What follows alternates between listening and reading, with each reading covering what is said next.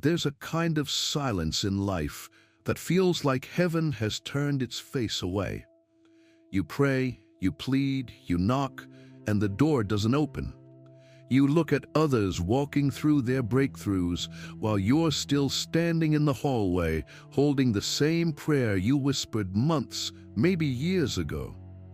And in that silence, you start to wonder, did God forget me? But hear this, my friend. God's silence is not his absence. What looks like divine delay is often divine design. God is not ignoring you. He's preparing you. He's not saying no. He's saying not yet. You see, we live in a world that celebrates speed, not process. We want things quick, easy, and visible. But the kingdom of God doesn't move at the pace of convenience. It moves at the pace of character. You might be ready for the blessing in your mind, but God is asking, is your heart ready to hold it? Every true blessing carries weight, and before God places that weight in your hands, He strengthens your soul to hold it, because a gift given too soon can become a burden too heavy. That's why sometimes God doesn't open the door immediately, not because He wants to punish you, but because He wants to preserve you. Think about it. If you give a child the keys to a car before they've learned how to drive, it's not a blessing, it's a danger. The delay is not denial, it's mercy. The waiting is grace in disguise. God's "not yet" is Him saying, I love you too much to let this destroy you. And maybe that's exactly where you are right now. You've prayed for a relationship, for healing, for purpose, for a door to open. You've said, Lord, I'm ready. But deep inside, you still feel like God is holding you back.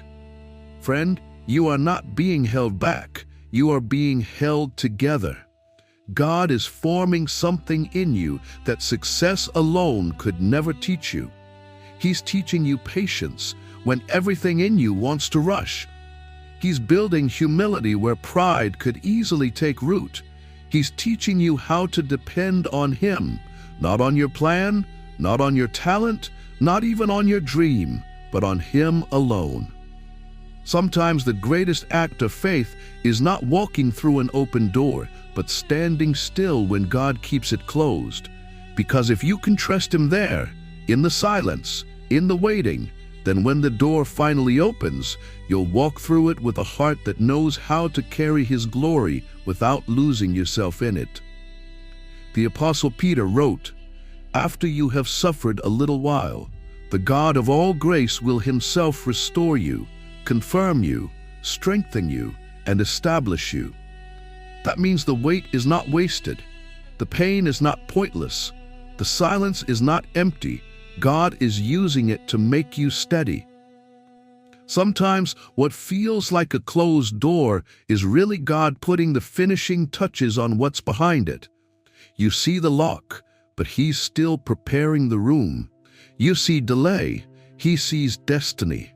And when He's done, when you've been shaped, tested, and purified, that door will open so smoothly that you'll realize it was never locked against you.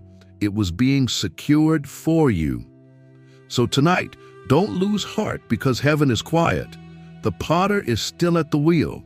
The silence doesn't mean the work has stopped. It means you're in the middle of creation. And one day, when God finally says, now, you'll look back on every tear, every question, every season of waiting, and you'll say, it had to be this way. Because if I had received it too soon, I would have lost it too fast. That's the wisdom of a loving Father. That's the patience of a perfect God. He's not denying you, beloved. He's developing you. He's not late. He's on schedule. And when the time is right, the very thing you've been praying for will come, not as a surprise, but as a confirmation of what your spirit already knew. God was never withholding. He was preparing. You may not feel it, but heaven has never been deaf to your cries. Every tear you've shed, every whispered, "Lord, please," every night you've fallen asleep with a prayer still hanging in the air, He heard every single one. God is not a distant observer watching from the clouds. He is a father leaning in close, listening to the heartbeat of His child. But here's the truth that humbles even the strongest among us. God's hearing does not always mean immediate action, at least not the way we imagine it. He hears, yes, but He answers according to wisdom, not according to want. We want relief. He wants renewal. We ask for escape. He plans endurance. We beg for the blessing. He shapes the soul that can sustain it. When you pray, God begins to move, sometimes not around you, but inside you. His first response to prayer is not always a miracle in your circumstances. It's a transformation in your spirit. Because before God changes the situation, He often changes the person standing in it. Think of Hannah in the temple, praying out of anguish for a child. The Bible says her lips moved, but her voice was not heard. People misunderstood her pain. Even the priest thought she was drunk. But God saw her heart. And long before Samuel was born, something in Hannah was reborn. Her prayer didn't just bring a son, it brought surrender. That's why God answered. Because her prayer stopped being about getting something from God and started being about giving something back to Him. You see, God's answers are not always packaged in the form we expect. Sometimes He says yes, and we rejoice. Sometimes He says no, and we learn. But often He says wait, and that's where we grow. Waiting is not punishment. Waiting is the workshop of faith. In the waiting, God polishes the rough edges of our impatience, strengthens the muscles of trust, and teaches us to pray for His will, not just our outcome. If you could hear heaven's perspective, you would know every delay has purpose, every silence has meaning. God's not ignoring your prayers. He's orchestrating something you can't see. He's aligning people, timing, and circumstances to create the perfect intersection between your readiness and His plan. Because a blessing that's out of season can do more harm than good. Think of a farmer.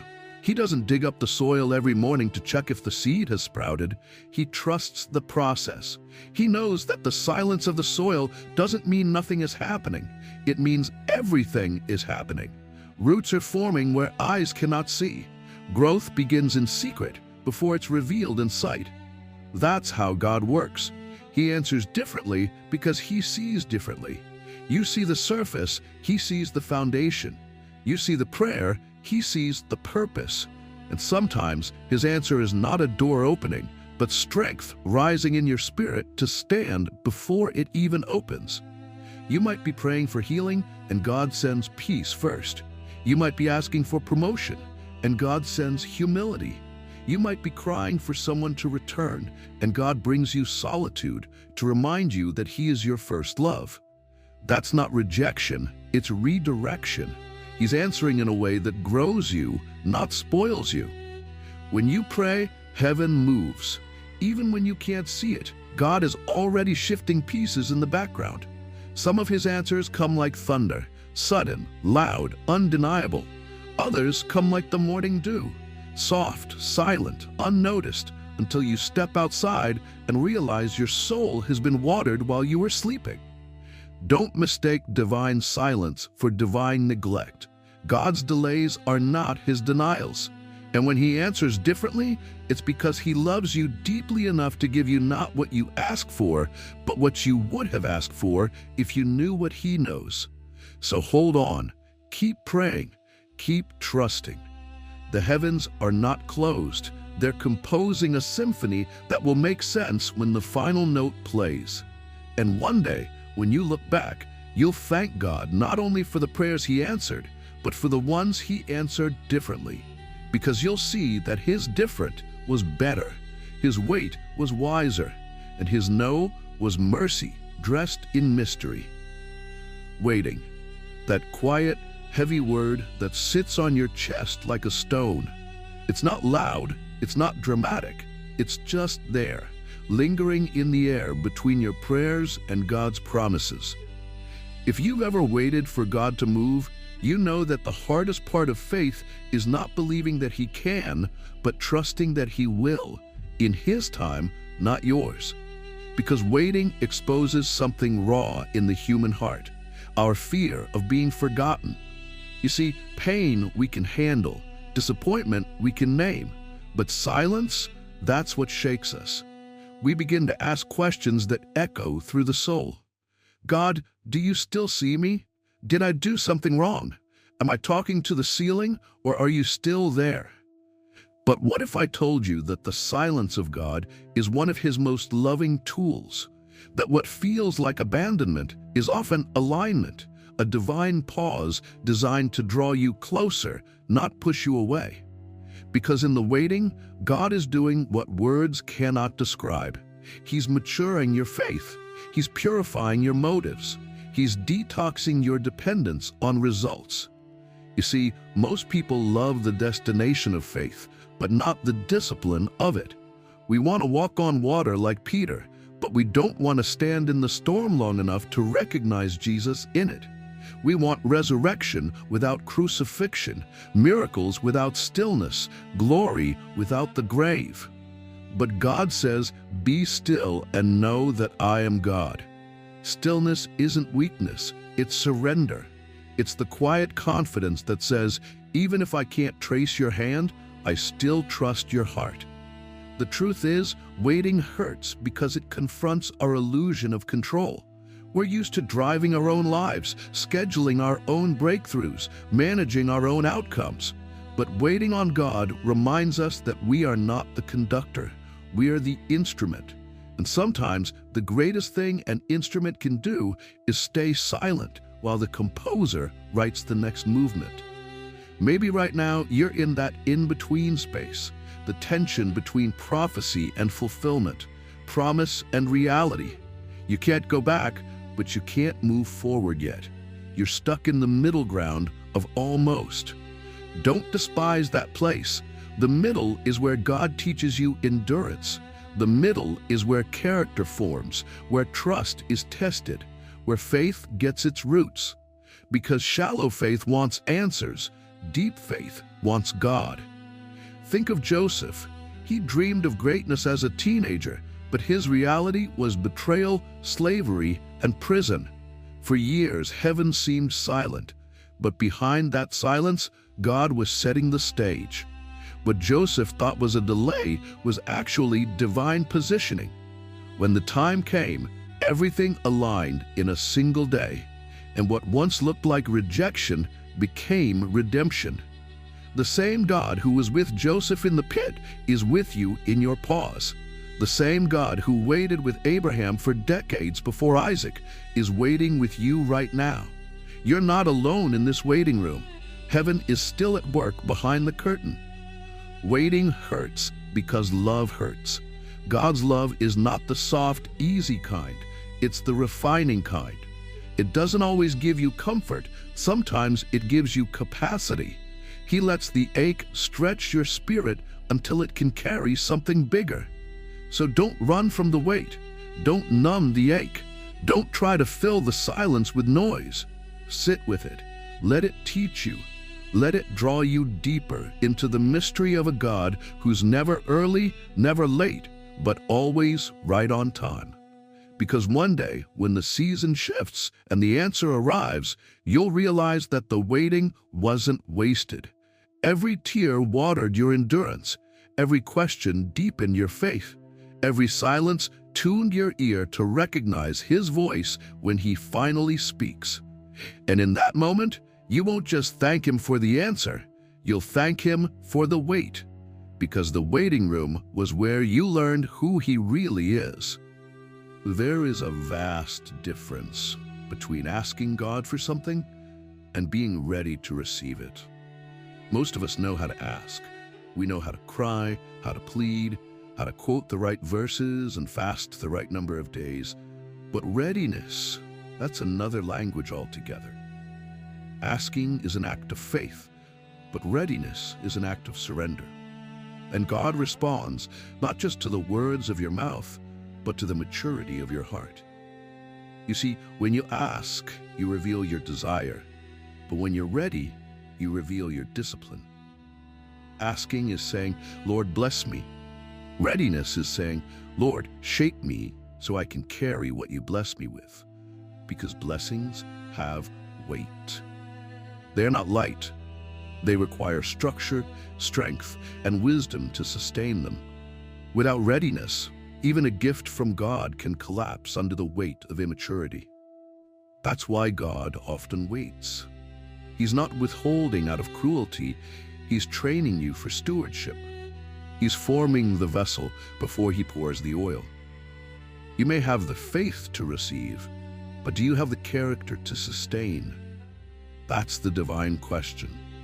Because miracles are easy for God, but maturity is his goal for you. He's not interested in creating spoiled children who only know how to ask. He's building sons and daughters who know how to hold what heaven entrusts to them. Imagine a young man praying for success in ministry, yet he cannot handle criticism. A woman praying for marriage, but her heart is still wounded and full of fear.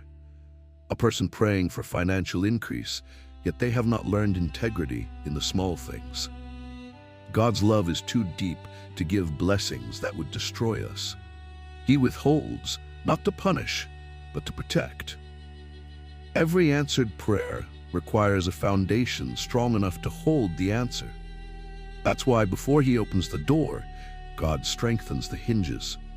Before he sends the rain, he ensures your soil can handle the flood. It's mercy disguised as delay. You think you're being overlooked, but you're being overhauled. God is building you from the inside out. Readiness is not about perfection, it's about transformation.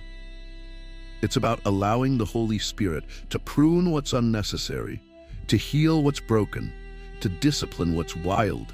It's saying, Lord, don't just give me the promise, make me the person who can live in it.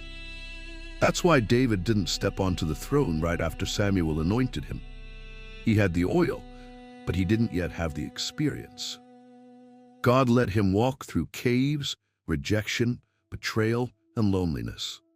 Not to humiliate him, but to teach him how to lead, how to forgive, how to wait. By the time David became king, he wasn't just crowned by men, he was forged by God. The same is true for you. The waiting you're in right now might not be about the thing you're praying for. It's about the person you're becoming. Maybe God is answering your prayer, not by giving you what you want, but by making you who you need to be. Because when your character matches your calling, the blessing will not break you, it will expand you. So don't confuse readiness with delay. The time you spend waiting is sacred. It's preparation time. The silence of God is often the sound of him sharpening your soul. The closed doors are not rejection, they are classrooms. God is not asking, can you desire it? He's asking, can you handle it?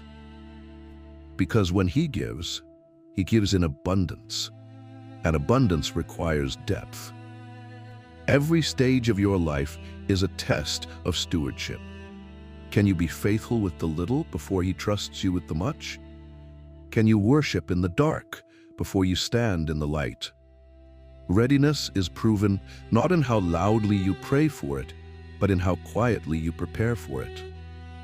And when you finally reach that place, when your heart is aligned, your motives pure, your spirit anchored, God doesn't need to announce the answer. It will simply come. Like a river finding its way to the sea, his promise will flow naturally toward the one who has been prepared to receive it. Because heaven never wastes what earth is not ready to hold. So ask boldly, but grow deeply. Desire greatly, but mature quietly. For God's timing is not just about your calendar, it's about your capacity. And when the day comes, when the waiting ends and the blessing finally arrives, you'll realize that God didn't just prepare it for you, He prepared you for it. There is a moment in every believer's life when God stops answering and starts shaping. It feels silent. It feels heavy.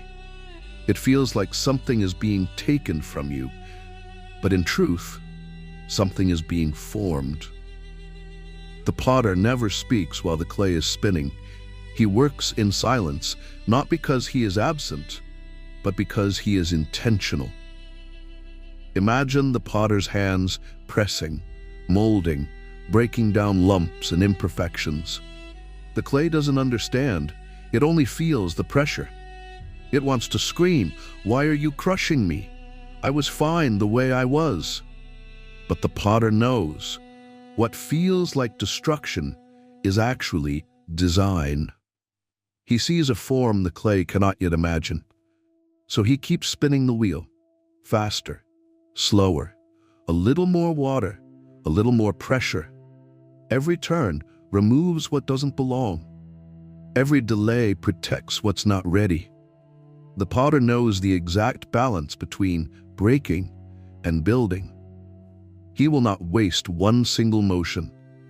That's what divine craftsmanship looks like, not comfort, but creation. Some of you are in that very process now. You're asking God to release you into purpose, and He's still refining your shape. You're saying, "Lord, use me," and He's replying, "Let me make you." Because the vessel that leaks cannot carry the oil. The heart that cracks under pressure cannot sustain the promise. Before He fills, He forms. It's not punishment, it's preparation. You can't pour fine wine into untested glass. You can't build a temple on shifting sand. The potter's work is slow, deliberate, sacred. He is not in a hurry because he is not making something disposable. He's making something eternal.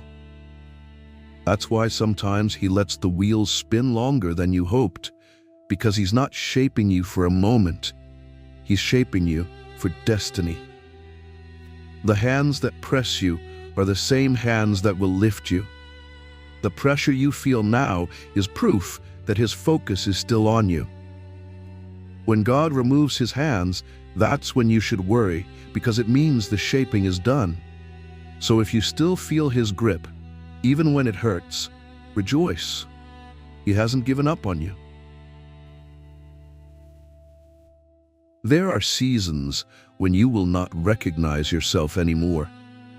Everything that used to define you, gone. The dreams, the plans, the familiar ways of thinking, all softened, broken, reformed. It's terrifying to the clay, but glorious to the potter, because he sees not what you were, but what you can become. When he's done shaping, he doesn't display you immediately. No, the next step is the fire, the kiln, the heat that finalizes what the hands have formed. That's the moment most people fear. But hear this, the fire doesn't destroy, it seals. It hardens your purpose. It makes you strong enough to hold what's coming. What the hands of God shaped, the fire of trial will strengthen.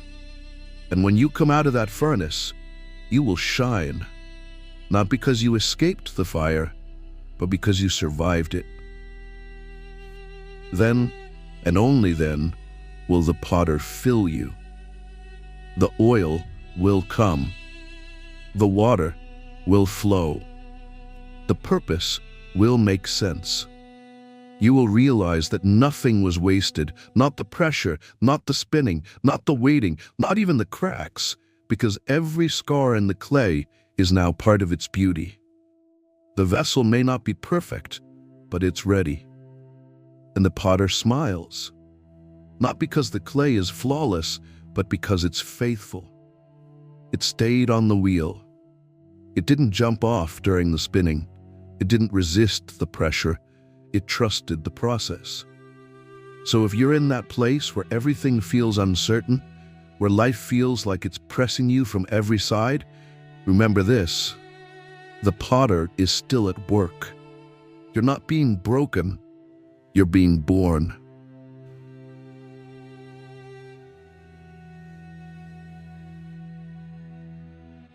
There comes a time when the shaping is done and the potter places the vessel into the fire. This is the part no one prays for, yet everyone must face. The fire is not a punishment, it is the proof. The heat reveals whether the form can hold what's been promised. You see, the wheel shapes your purpose, but the fire proves your faith.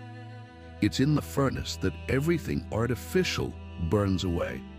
The motives, the pride, the impatience, all of it rises to the surface under the heat of trial. When God allows the fire, He is not trying to destroy you. He is revealing what's true in you. Fire has a way of separating the temporary from the eternal.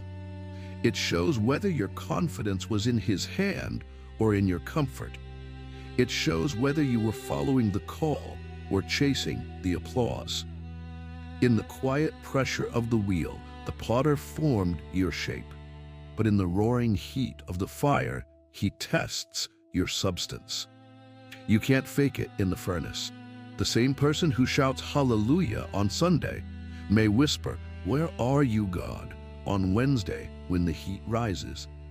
But even those whispers, if they are honest, are still worship. Because faith isn't pretending not to feel the fire.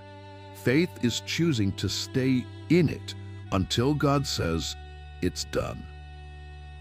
When Shadrach, Meshach, and Abednego were thrown into the fiery furnace, they didn't beg for escape.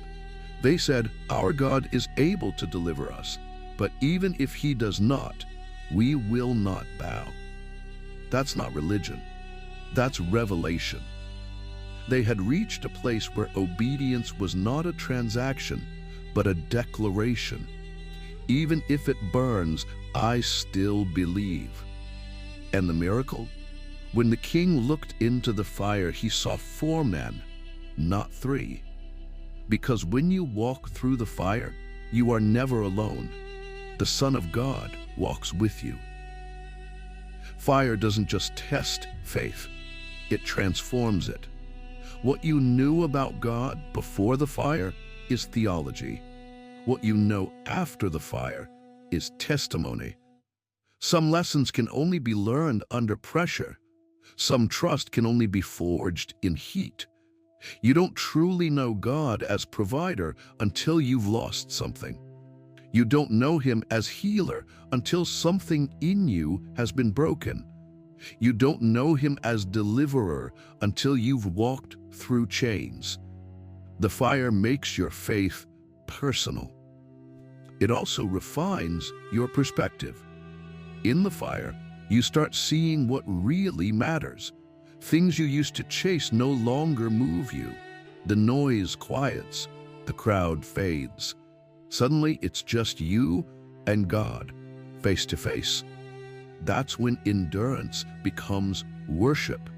Because worship isn't always a song.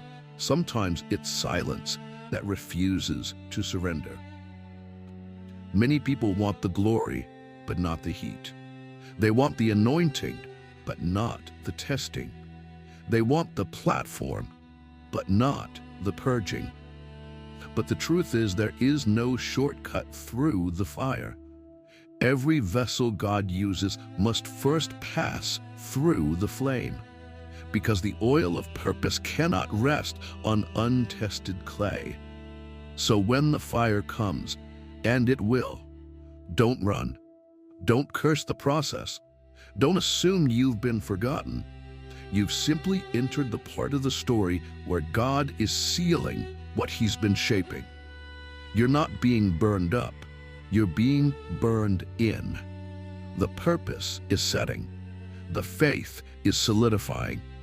And the vessel is becoming strong enough to carry glory without cracking.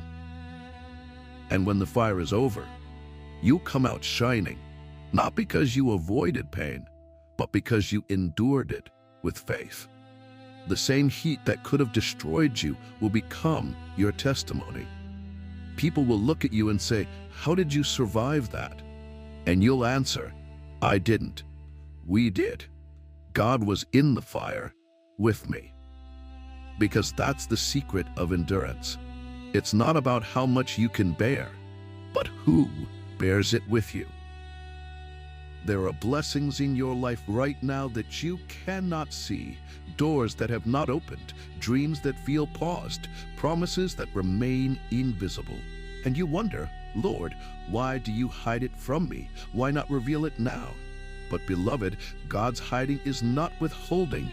What he conceals is often the very thing he's crafting to change everything.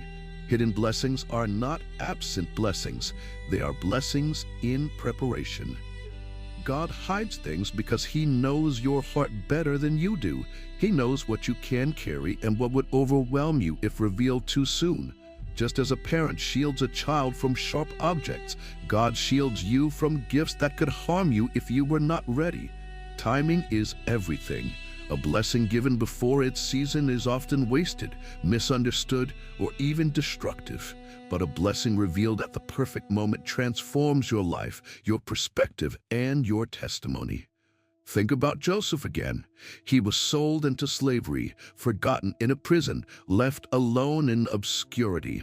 Yet behind every hidden step, God was building a pathway to Pharaoh's palace.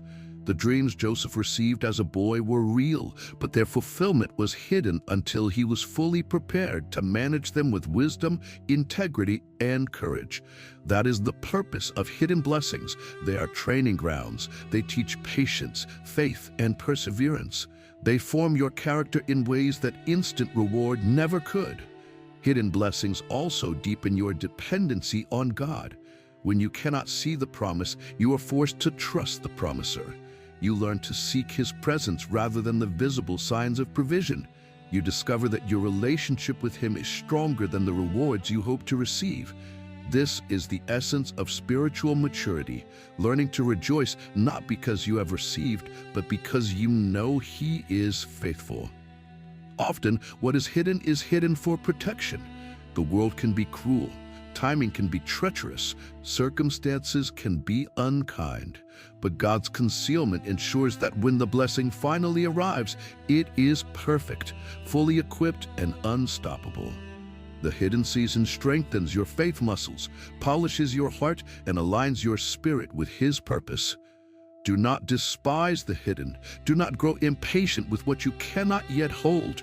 Every moment of waiting is a divine appointment to grow in wisdom, courage, and character. When the blessing is finally revealed, you will not only receive it, you will be ready to honor it, steward it, and magnify God through it. Remember, the potter doesn't pour oil into a cracked vessel. The Creator doesn't hand over his treasure to unprepared hands. Hidden blessings are not lost blessings.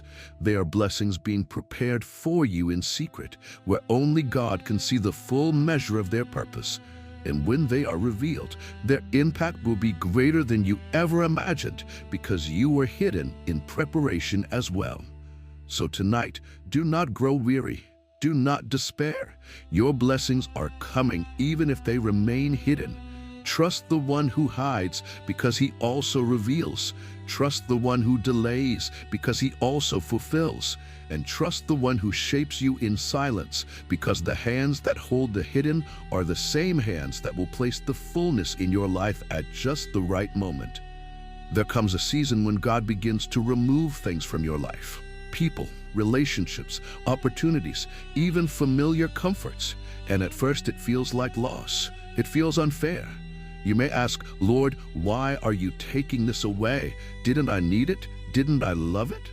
But hear this, God is not a thief, he is a gardener. He is pruning your life so that what remains can flourish. He is clearing the path, not to punish, but to protect.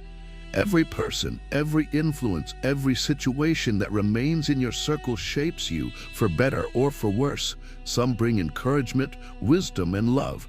Others bring distraction, harm, and compromise. God sees the difference even when you cannot. He knows what is necessary for your destiny and what will hinder it. And sometimes the only way to preserve your future is to remove what threatens it. It's not always gentle. Sometimes the removal is abrupt, painful, and confusing. Friendships end, partnerships dissolve, people you trusted betray or walk away, doors you relied on close without warning. But in every case, God is guiding the unseen. He is protecting the blessing before it arrives, ensuring that when the promise comes, your hands and heart are free to receive it fully. Remember the story of Elisha and the young prophet. When God called him to follow, he left behind everything familiar: family, work, security. It looked like loss. It looked like fear. But what was actually happening was divine pruning. God was removing distractions and influences so that Elisha could walk fully into his calling, unburdened and free. What seemed like a taking away was actually a giving of more purpose, more focus, more destiny. Sometimes God removes people not because he hates them or you, but because he loves both of you enough to redirect your paths. Some companions are meant to be temporary, some seasons are meant to teach, and some relationships are meant to lead. Your role is not to understand every removal, but to trust the one who orchestrates it. Even pain can become your teacher, and even endings can become preparation for beginnings far greater than you can imagine.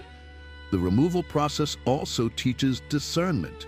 You learn to recognize the difference between true support and surface connection, between temporary comfort and eternal alignment. You begin to see that not everyone who applauds you is cheering for your good, and not everyone who departs is abandoning you. Some leave so that you can rise. Some doors close so that others open in ways you could never have anticipated. So when people or circumstances begin to exit your life, don't resist. Don't grieve with despair. Instead, lean into God's purpose. Let him cleanse your circle. Trust that he is not leaving you empty, but making room for what is coming. The right influences, the right companions, the right opportunities will arrive, untainted, unburdened, ready to match the vessel he has been forming in you. Pruning is never easy, but it is always loving. Every removal has intention, every separation has a purpose, and every season of solitude is designed to strengthen, align, and prepare you for all he has promised. The same hands that remove are the hands that will fill. The same God who closes doors will open gates. And when you step into the next chapter, you will look back and see that nothing was wasted. Every loss, every departure, every hidden season was a part of the divine design to make you ready for all he has promised. There comes a moment when you realize that God's timing is not just perfect, it is surprising.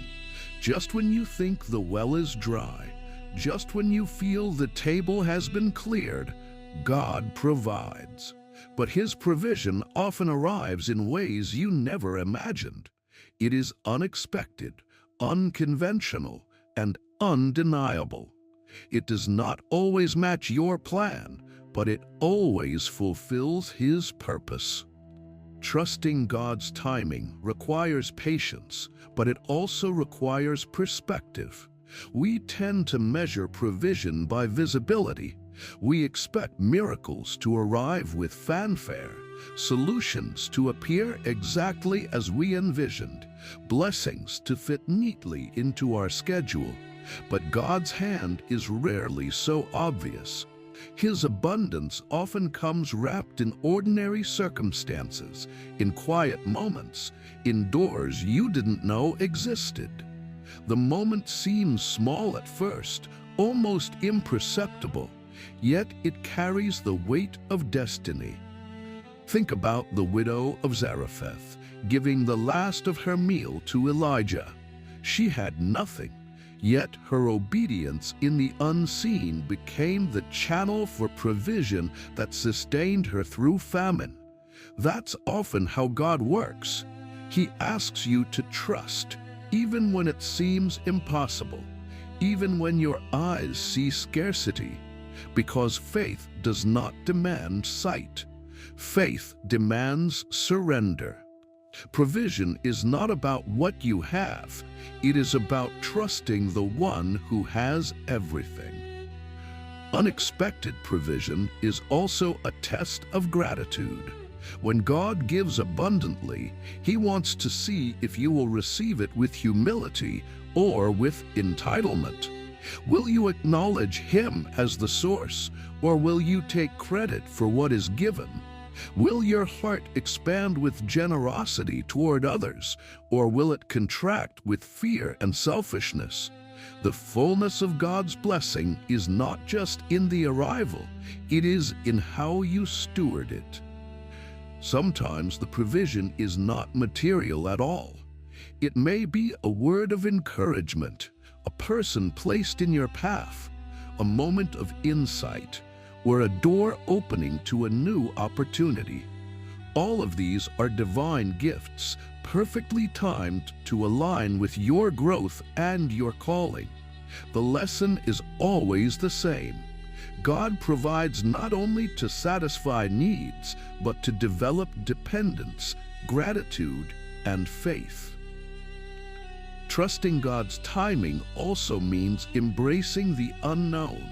You cannot orchestrate the miracle, control the outcome, or predict the way it will come, but you can stand ready, heart open, hand extended. Like Abraham waiting for the promise of Isaac, like Joseph in prison, like the Israelites watching the Red Sea, your part is faithfulness. Your part is obedience. Your part is trust. The provision will arrive. It may not look like you expected, but it will be exactly what you need. And when the provision comes, it often exceeds expectation. What you once thought impossible becomes possible. What you feared would never be restored is restored in abundance. What you believed had been lost forever is returned multiplied. That's the glory of God's timing. It is never early, never late, and always perfect. So hold on, keep praying, keep preparing, keep trusting.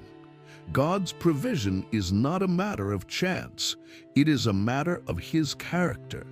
And when it arrives, you will see that every season of waiting, every moment of obedience, and every act of faith was the preparation for the fullness He had planned all along.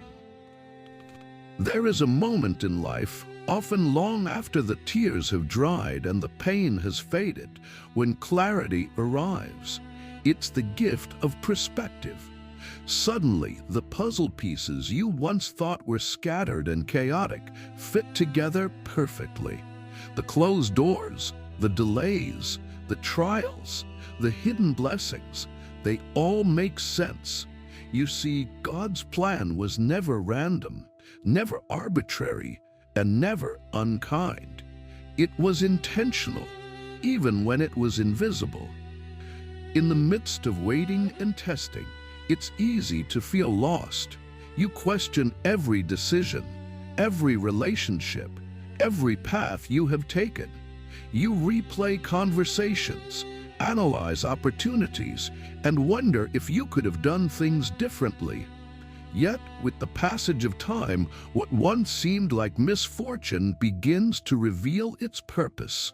That mistake, that heartbreak, that season of loneliness, all of it was forming the landscape of your destiny. You start to recognize that God's timing was perfect, not because life became easy, but because He was always working behind the scenes. Perspective allows you to see the refinement in every trial. It reveals the wisdom embedded in every delay.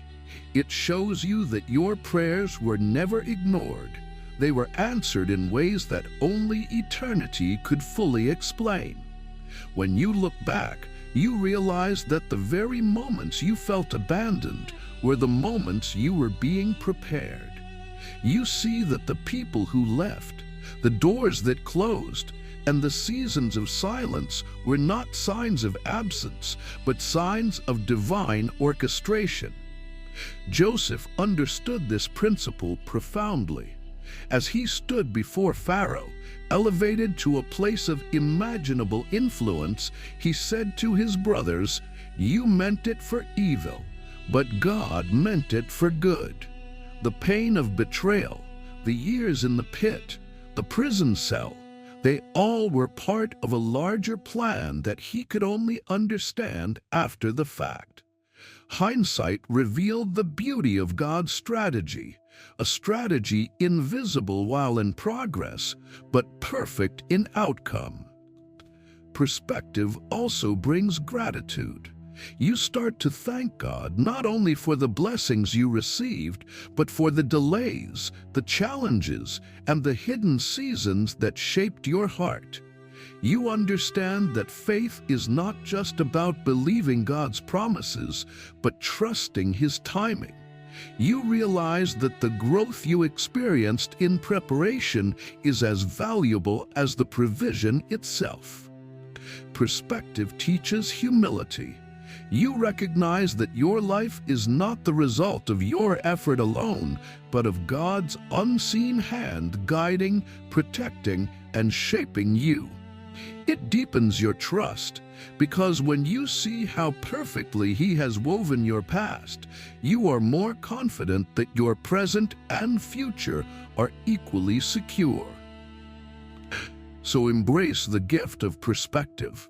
When you look back, do so with eyes of faith. See the hidden threads, the divine orchestration, and the intentional shaping that only God could accomplish. And let that understanding fuel your confidence today, knowing that what God has been preparing in silence, in testing, and in the fire will unfold in your life with perfect timing, purpose, and glory. After the wheel, the fire, the silence, and the hidden seasons comes the moment every faithful heart longs for: fulfillment. This is the point when what was promised meets what has been prepared, when the vessel formed by God is finally filled with what it was meant to carry.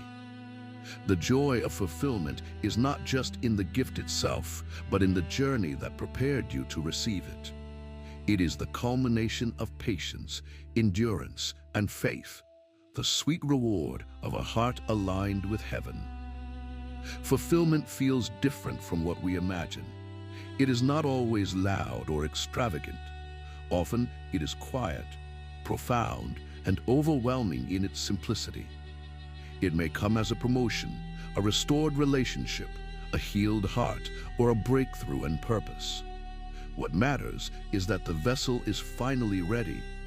You are no longer the same person who prayed for it years ago.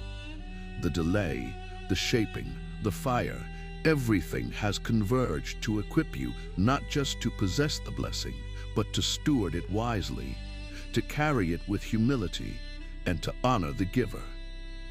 Joy and fulfillment is multidimensional. It is the relief of seeing God's faithfulness, the gratitude for the lessons learned along the way, and the awe at His wisdom. You realize that every trial, every season of waiting, every hidden blessing and removed influence, all of it was part of a divine choreography designed to bring you here.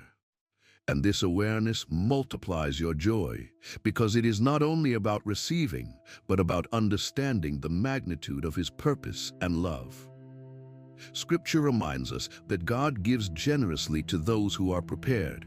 Every good gift and every perfect gift is from above. Yet the fullness of these gifts is realized only when the vessel is ready. The potter does not pour prematurely. That is why the joy of fulfillment is sweet. It is never rushed, never spoiled, never taken for granted. You appreciate it because you have been molded to appreciate it. The joy of fulfillment also carries responsibility. Receiving the blessing what you were made to hold requires stewardship. It is a test of faith translated into action. How will you use the blessing? Will it draw you closer to God or distract you from Him? Will it inspire generosity, compassion, and service, or breed pride and entitlement? The true joy of fulfillment is inseparable from the maturity God has cultivated in you. And there is an added beauty. When your blessing comes, it becomes a testimony, not just a gift. Others will look at your life and see evidence that God is faithful, that His timing is perfect, and that His plan is always greater than our understanding.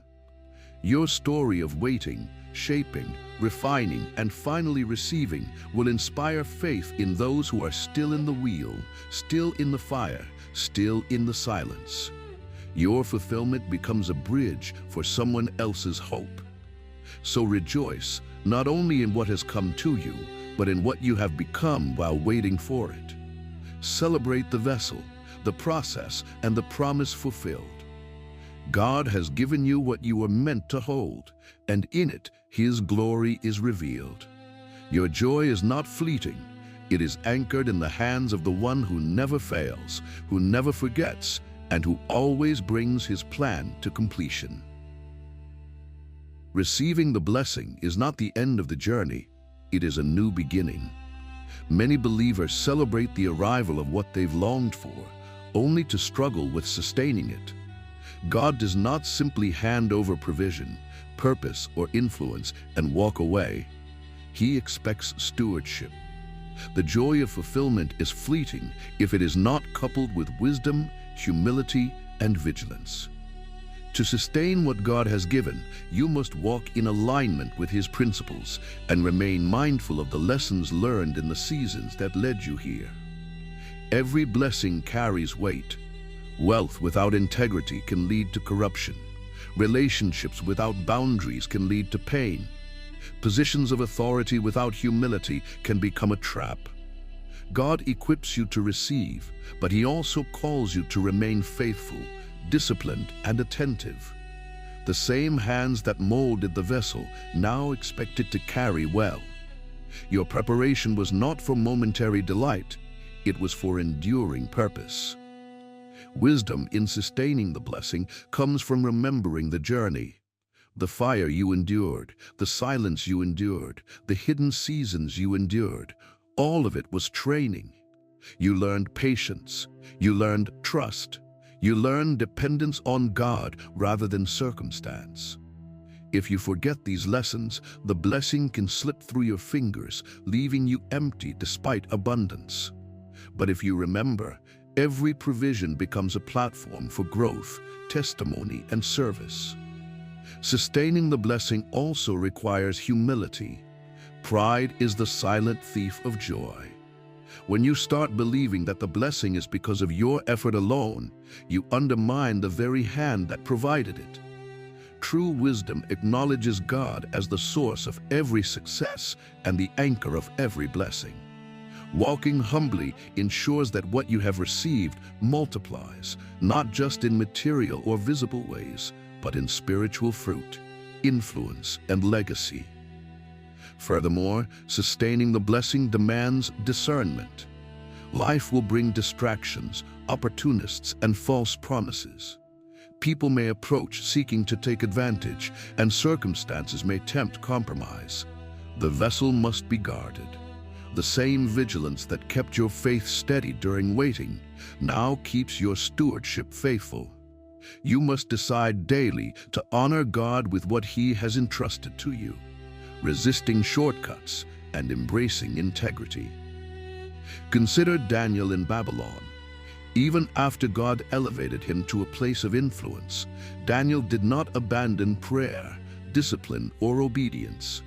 He sustained the blessing not by human cleverness, but by continuing the practices and principles that shaped him. His wisdom allowed the provision to endure and expand, blessing not only himself, but the entire kingdom. So as you walk in your blessings, remember, receiving is a gift, but sustaining is a responsibility. Align your decisions, actions, and heart with the God who prepared you. Be intentional in gratitude, consistent in discipline, and vigilant in faith. The joy of fulfillment is magnified when it is preserved with wisdom. Every blessing held rightly becomes a testimony, a light, and a legacy. And this, beloved, is the final measure. A vessel shaped, refined, tested, and filled, now walking steadily in purpose and peace. The blessing is not merely possession. It is proof of God's faithfulness, the fruit of endurance, and a tool for His glory. The purpose of receiving a blessing is never merely personal. God's gifts are designed to overflow, to multiply, and to impact lives beyond your own. What He gives to you is meant to be a conduit for His love, provision, and grace in the world. The blessing that stops at your hands remains incomplete. The blessing that flows through your life becomes a testimony of God's faithfulness and a tool for His kingdom. Multiplication begins with a heart of generosity. When you have been given, the first question is not, "How can I protect this?" but "How can I share this?" Abraham's faith was rewarded not only because he trusted God, but because he became a blessing to others. Joseph's wisdom preserved nations, not just his own family. And Jesus himself, when he fed the 5,000, showed that abundance is designed to expand when it touches the lives of others. The process of multiplying blessings also requires intentionality. It is not enough to have good intentions. Your actions must be deliberate. Teach, mentor, give, serve, encourage, and provide. The vessel God has shaped in you is meant to carry influence and impart life. Every skill, every resource, every opportunity you now hold is a seed. Plant it carefully, nurture it with integrity and faith. Watch how God uses it to bear fruit that continues to grow long after the moment has passed. Multiplication also teaches humility and dependence. You cannot truly bless others in your own strength alone. To pour into lives effectively, you must remain connected to the source. Prayer, wisdom, discernment, and alignment with God's purposes ensure that what you give will have eternal impact. The vessel, once filled, must stay tethered to the potter's hands, where the blessings can become diluted or misdirected. Furthermore, multiplying blessings produces joy that is deeper than any personal gain. There is a satisfaction in knowing that what God has entrusted to you has the power to lift someone else, to heal wounds, to provide hope, or to open doors that were previously closed. The multiplication of blessing is the visible expression of God's love in action. It turns your provision into a platform for legacy. Consider the story of the loaves and fishes. What started as a small offering became enough to feed thousands, and there was even abundance left over. When we offer what we have, no matter how limited it may seem, God multiplies it. The vessel is filled not just for personal use, but for His purposes, and the overflow transforms lives beyond what we can calculate. So embrace your blessings not as a treasure to hoard, but as a river to channel. Share what you have learned, give what you have received, and use your influence to make a difference. The joy, the growth, and the glory of God expand as the blessings multiply. And the one who receives the overflow, whether friend, family, or stranger, is also touched by the God who orchestrates all things with wisdom, love, and perfect timing. As we draw near the close in this journey, it is crucial to lift our eyes beyond the immediate blessings, beyond the trials, beyond the fulfillment of promises, and behold the eternal perspective. The blessing you have received, the trial you have endured, the waiting you have endured, all of it is part of a much larger story, a divine narrative that stretches beyond the limits of time, beyond the sight of human eyes, and into the eternal purposes of God. When we only focus on the immediate, we risk measuring life by temporary standards, comfort, success, recognition, or even visible miracles. But God invites us to see through the lens of eternity, where every season, every tear, every unanswered prayer, and every joy is part of His perfect orchestration. The potter, the fire, the silent seasons, the hidden blessings, all of it is being woven into a tapestry that our finite minds cannot fully grasp. Jesus spoke of treasures in heaven, of storing up riches where moth and rust do not destroy. The lessons of patience, endurance, faith, and stewardship are eternal. They are not wasted, even when the blessing is delayed. The preparation, refinement, and multiplication of your blessings are not only for your temporal life, they shape your soul for eternity. The joy you feel in receiving, the wisdom you gain in sustaining, and the impact you create in multiplying are all echoes of an everlasting reality. The eternal perspective also transforms our understanding of suffering and loss. Pain is not meaningless. Waiting is not waste. Removed relationships, closed doors, and fiery trials are all instruments of shaping, forming, and preparing you for a destiny that transcends the visible world. In eternity, every act of faith, every sacrifice, every obedience becomes part of a testimony that glorifies God and inspires countless others. What seems small today may be monumental in the kingdom of heaven. Furthermore, the eternal perspective reminds us that God's blessings are never just for us. They are threads in a greater design, woven together with the lives of others, the unfolding of history, and the ultimate plan of redemption. Your blessings, refined and multiplied, become instruments through which God's love, grace, and glory are revealed to the world. The vessel that has been formed, tested, filled, and multiplied is part of a greater divine masterpiece, visible only when seen with eyes of faith. This perspective invites us to live differently, with patience, gratitude, and hope. It challenges us to trust not only the timing, but the purpose behind every season.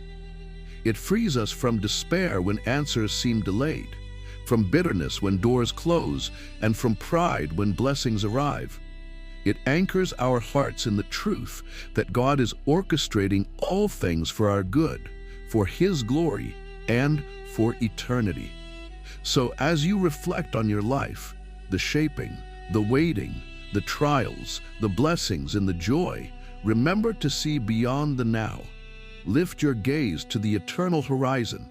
Know that every moment, every blessing, and every test is part of a divine symphony that only God fully conducts.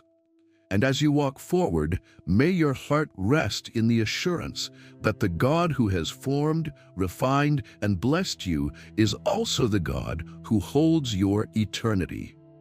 Walk with confidence, steward with wisdom, multiply with generosity, and live with the eternal perspective in your heart. For in the end, what God is preparing for you is far greater than what you have received, and the life He calls you to live is not just full, it is eternal.